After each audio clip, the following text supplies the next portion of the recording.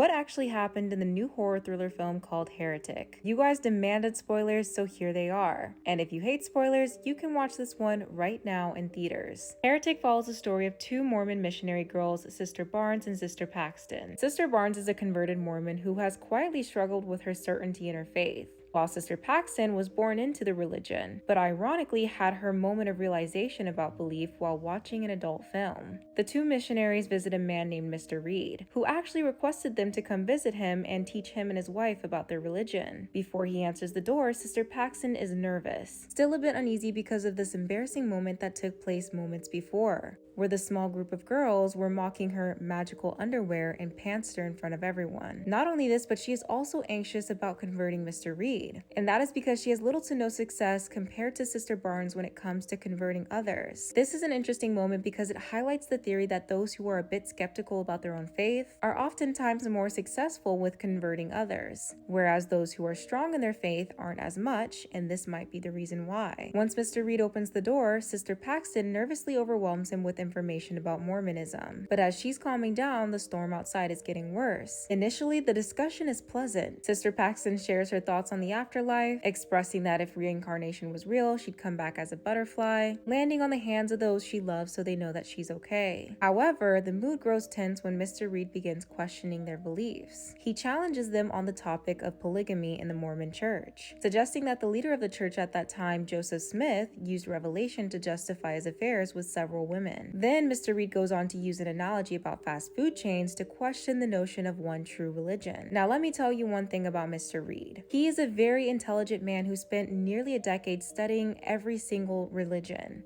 And this eventually led him to an accidental obsession with finding what he calls is the one true religion. And this was even hinted before any of these conversations started when he placed down a fully annotated Mormon Bible. By this time, the girls are extremely uncomfortable and ask to meet his wife again. And that is because he said that she was in the kitchen just baking a pie when they came to the door. And as their rules prohibit them from being inside of the house with a man without a woman present, that was the only reason why they came in. But while Mr. Reed is away, that is when Sister Barnes realizes something terrifying. The smell of blueberry pie was actually coming from a scented candle. As they try multiple times to make a quiet escape, they realize that the house is locked from the inside.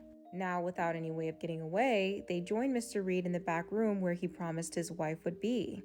Instead, they were surprised to find a room that was built to model a small church with two doors on each side of the room. Sister Barnes steps forward and tells them that the church was calling and they need them to come back. So in other words, they gotta go, can you please open the front door?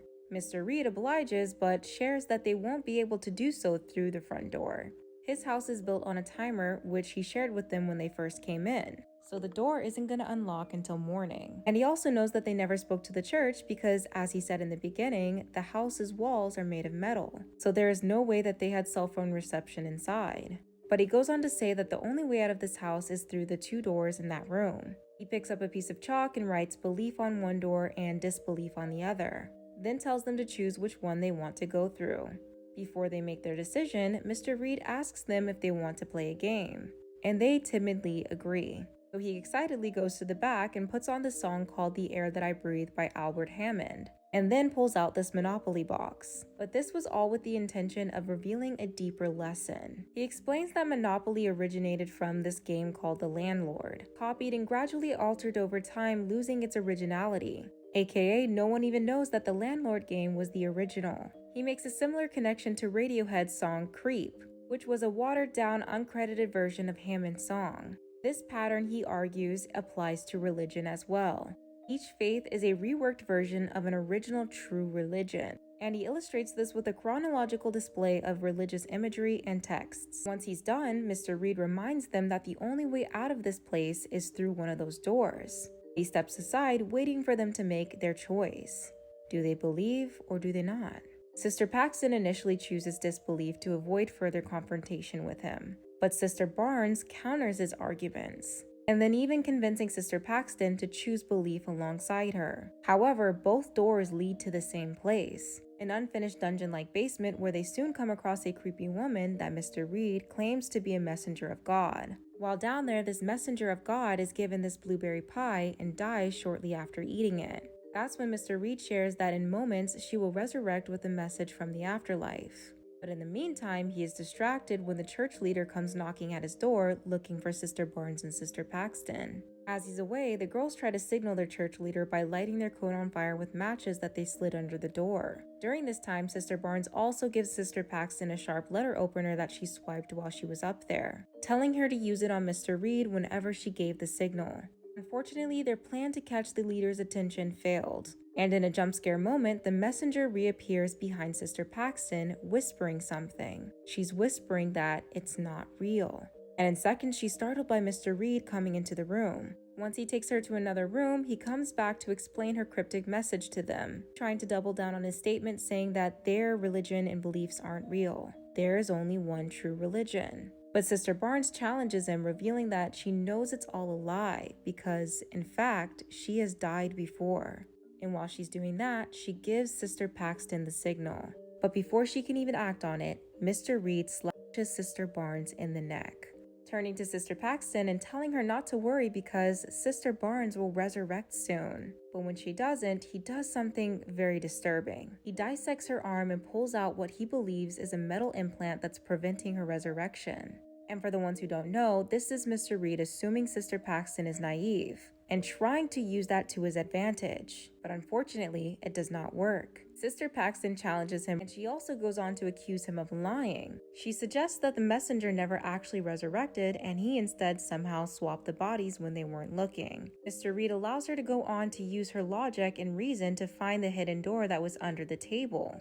Once she opens it, he tells her that if she goes down there, she will learn what the one true religion is. With no other option besides death, Sister Paxton enters into that hidden door, and that's where she finds the original messenger's corpse lying in a flooded lower level. As she follows the pathway, she finds a room with a bunch of sickly women trapped in cages. And that's where Mr. Reed joins her, declaring that the one true religion is control. Now, in my perspective of the movie, I thought that these women were people who came to spread their faith, and this is how they ended up.